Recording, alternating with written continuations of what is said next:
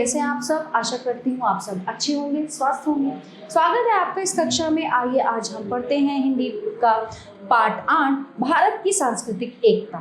समस्त भारतवासियों से ही देश की प्रगति संभव है। देश राष्ट्रीयता का एक आवश्यक उपकरण है। भारत भूमि की नदियों के प्रवाह को प्राकृतिक विभाजन रेखाएं बतलाकर तथा भाषाओं, धर्मों एवं रीति रिवाजों के भेद को आधार बनाकर हमारी राष्ट्रीयता के विचार को खंडित करने के उद्देश्य से हमारे कुछ हित चिंतक इस देश को देश न कहकर एक उपमहाद्वीप कहते हैं। हमारी राष्ट्रीयता को चुनौती देने के निमित्त उत्तर दक्षिण, अवर्ण, सवर्ण, हिंदू, मुसलमान, सिख, ईसाई, जैन के भेद करके हमारी संगठित इकाई को क्षति पहुंचाएगी। भाषा का बवंडर उठाया गया ताकि आपसी झगड़ा और भेदभाव में हमारी शक्ति का ह्रास हो और विदेशी शासकों का राज्य अटल बना रहे।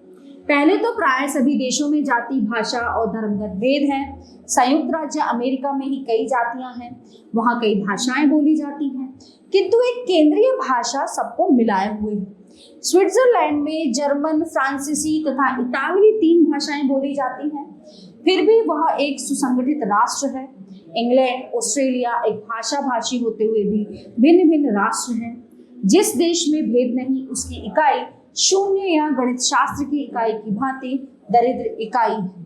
संपन्नता भेदों में ही है, किंतु भेद इतने न होने चाहिए कि उनमें सामंजस्य ना हो। वैसे तो केंचुआ भी एक इकाई है, उसमें आंख, कान, नाक और हाथ पैर का भेद नहीं, केवल एक ही स्पर्शेंद्रिय सारे ज्ञानेंद्रियों का प्रतिनिधित्व करती है, किंतु क्या उसका जीवन संपन्न कहा जाएगा? मनुष्य अपने अवयवों के बाहुल्य और उनके समायोजन और संगठन के कारण जीवधारियों में सबसे अधिक विकसित और श्रेष्ठ गिना जाता है। भेदों के अस्तित्व से इंकार करना मूर्खता होगी और उनकी उपेक्षा करना अपनों को धोखा देना होगा। हमारे समाज में भेद और अभेद दोनों ही हैं। हमारे देश में शासकों ने अपने स्वार्थवश हमारे भेदों को अधिक विस्तार दिया, जिससे हमारे देश में फूट की बेल पनपे और इस भेद नीति से उनका उल्लू सीधा हो। हमारे अभेदों की उपेक्षा की गई या उनको नगण्य समझा गया। हम में हीनता की मनोवृत्ति पैदा हो गई। देश की नदियां, जिनको विभाजन रेखाएं कहा जाता है, हमारी भूमि को उर्वरा, शस्य श्यामला बनाती हैं।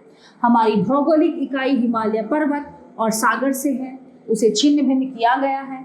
इसमें कुछ राजनीतिक स्वार्थ भी सहायक हो।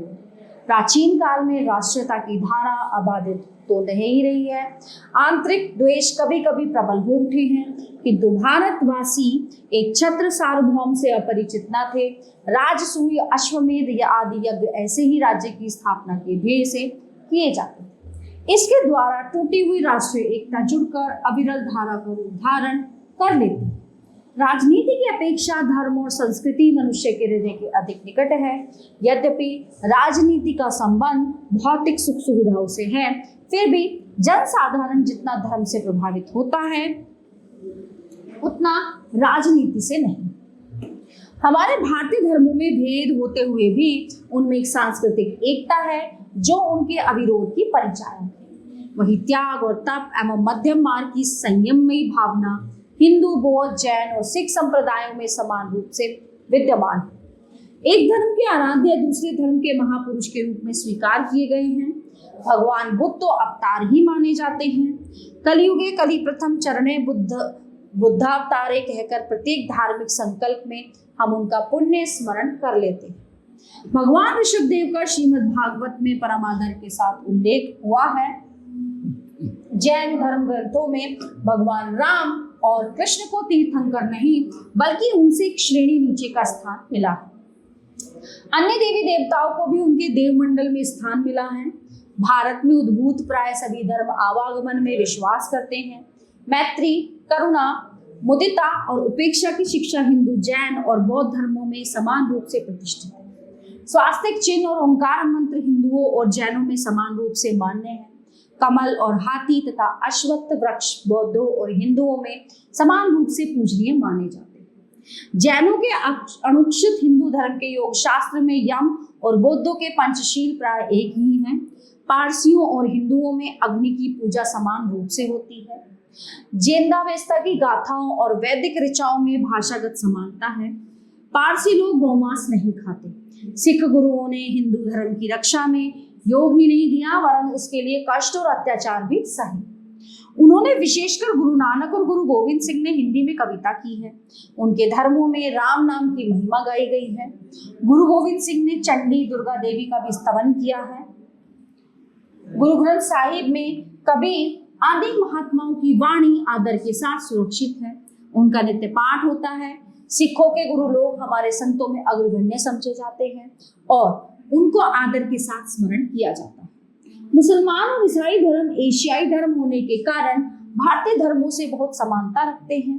यूरोप से भी पहले ईसाई धर्म को दक्षिण भारत में स्थान मिलता है।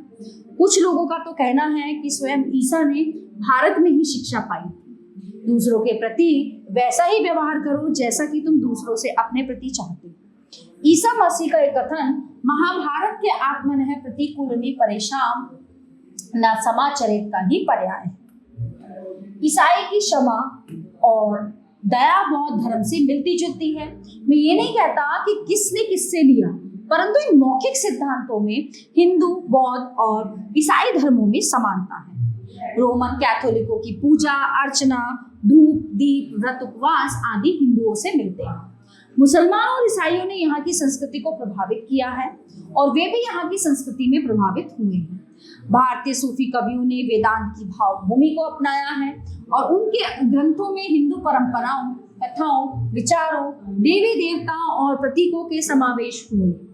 तानसेन और ताज पर हिंदू मुसलमान समान रूप से गर्व करते हैं। जायसी, रहीम, रसखान, रसलीन आदि अनेक मुसलमान कवियों ने अपनी वाणी से हिंदी की रसमयता बढ़ाई है। रसखान के सवैये तो सचमुच रस की खान है। प्राचीन काल से भारतीय धर्म और साहित्य ने राष्ट्रीय एकता का पाठ पढ़ाया है। सभी काव्य ग्रंथ चाहे वे उत्तर के हों चाहे दक्षिण के, रामायण और महाभारत को अपना प्रेरणा स्रोत बनाते रहे। कालिदास के रघुवंश और भवभूति के रामचरित में उत्तर और दक्षिण के प्राकृतिक दृश्यों का बड़ी रसमयता के साथ वर्णन आया है। हिंदू तीर्थाटन में धार्मिक भावनाओं के साथ राष्ट्रीय भावना भी निहित है। शिव भक्त ठेठ उत्तर की गंगोत्री से जाह्नवी जल लाकर दक्षिणी सीमा के रामेश्वरम महादेव का अभिषेक करते हैं। उत्तर में बद्री, केदार, दक्षिण में रामेश्वरम, पूर्व में जगन्नाथ और पश्चिम में द्वारकापुरी के तीर्थाटन में भारत की चारों दिशाओं की पूजा हो जाती है। भारत की 7 पुरियां पवित्र और मोक्षप्रद मानी गई हैं। इनकी यात्रा की जाती है और प्रातः स्मरण भी किया जाता है। इनके नाम हैं अयोध्या, मथुरा, माया, हरिद्वार, काशी, कांची, अवंतिका, द्वारावती। ठीक है, तो पूरा श्लोक इस प्रकार है। अयोध्या, मथुरा, माया, काशी, कांची, अवंतिका, पुरी, द्वारावती, चैर, सप्तिता, मोक्षदायिका। स्वामी शंकराचार्य ने भारत की चारों दिशाओं में अपने मठ स्थापित किए थे। उत्तर में ज्योतिर्मठ, दक्षिण में श्रृंगेरी मठ, पूर्व में गोवर्धन मठ और पश्चिम में शारदा। ये भगवान शंकराचार्य की दिग्विजय के कीर्ति स्तंभ ही नहीं वरन भारत की एकता के भी परिचायक चिन्ह है। दक्षिण के अन्य आचार्यों की संप्रदाय अविरोध भाव से उत्तर में फले फूले और विकसित हुए। बंगाल के चैतन्य महाप्रभु के संप्रदाय ने भी मथुरा, वृंदावन में अपनी शिष्य परंपरा स्थापित की। इन संप्रदायों के मंदिर बने और इनकी पूजा अर्चना ने उत्तर प्रदेश के जीवन और साहित्य को प्रभावित किया। हिंदू साहित्य गगन के सूर्य और शशि स्वरूप, सूर और तुलसी दक्षिण की संप्रदायों से प्रभावित। अब भाषा का प्रश्न आता है। उत्तर भारत की प्राय सभी भाषाएं संस्कृत से निकली हैं और उन सभी के शब्दों में पारिवारिक समानता है। दक्षिण की भाषाएं सभी संस्कृत से प्रभावित हुई हैं। उन्होंने भी थोड़ी बहुत मात्रा में संस्कृत की शब्दावली ग्रहण की। किसी ने थोड़ा तो किसी ने बहुत। उर्दू को छोड़कर प्राय सभी भाषाओं की वर्णमाला एक नहीं तो एक सी है। केवल लिपि का भेद है। मराठी और देवनागरी की लिपि भी समान है। संस्कृत की परिनिश्चित लिपि होने के कारण देवनागरी प्राय सभी प्रांतों में पहचानी जाती है। उर्दू की लिपि भेद होते हुए भी हिंदी के साथ भाषा में साम्य है। भाषा की जमीन और व्याकरण प्राय एक से है। बेल बूटे फारसी अरबी के हैं। प्रेमचंद सुदर्शन कृष्णचंद्र ने हिंदी में भी लिखा और उर्दू में भी। भारत की प्राय सभी भाषाओं का साहित्य भगवान राम और कृष्ण की पावन गाथाओं से आप्लावित रहा है। सभी ने संतों और वीरों का स्तवन किया है। सभी भाषाओं के साहित्य ने स्वतंत्रता की लड़ाई में योगदान किया है। भाषाओं का भेद होते हुए भी विचारों की एकता रही है। भारत की विभिन्न भाषाओं के साहित्य का धूमिल इतिहास घुला मिला सा प्रतीत होता है। उनके बीच कोई अभेद्य दीवार न थी। मीरा गुजराती और हिंदी में समान रूप से कवयित्री मानी जाती है। मीरा के गीतों से बंगाल भी प्रभावित हुआ है। भूषण की वाणी का महाराष्ट्र में आदर हुआ था। संत तुकाराम आदि महाराष्ट्र संतों ने अपनी कविता में हिंदी को भी अपनाया। विद्यापति समान रूप से हिंदी, मैथिली और बंगला के कवि माने जाते हैं।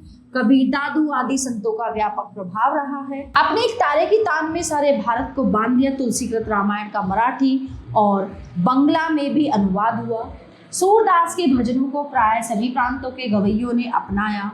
बंगला के वंदे मातरम और जनगण मन राष्ट्रीय गीत बने। वेशभूषा, रहन सहन और शक्ल सूरत में भेद होते हुए भी भारतवासी अपने जातीय व्यक्तित्व से पहचान लिए जाते हैं। हमारा एक जातीय व्यक्तित्व है, ये हमारी जातीय मनोवृत्ति, जीवन मीमांसा, रहन सहन, रीति रिवाज, उठने बैठने के ढंग, चाल ढाल, वेशभूषा, साहित्य, संगीत और कला में अभिव्यक्त होता है। विदेशी प्रभाव पड़ने पर भी बहुत अंशों में अक्षुण्ण बना हुआ है। वही हमारी एकता का मूल सूत्र है। प्यारे बच्चों, ये पाठ यहीं पे समाप्त होता है। आशा करती हूँ आपको अच्छे से समझ आया हो। मिलते हैं अगली कक्षा में। धन्यवाद।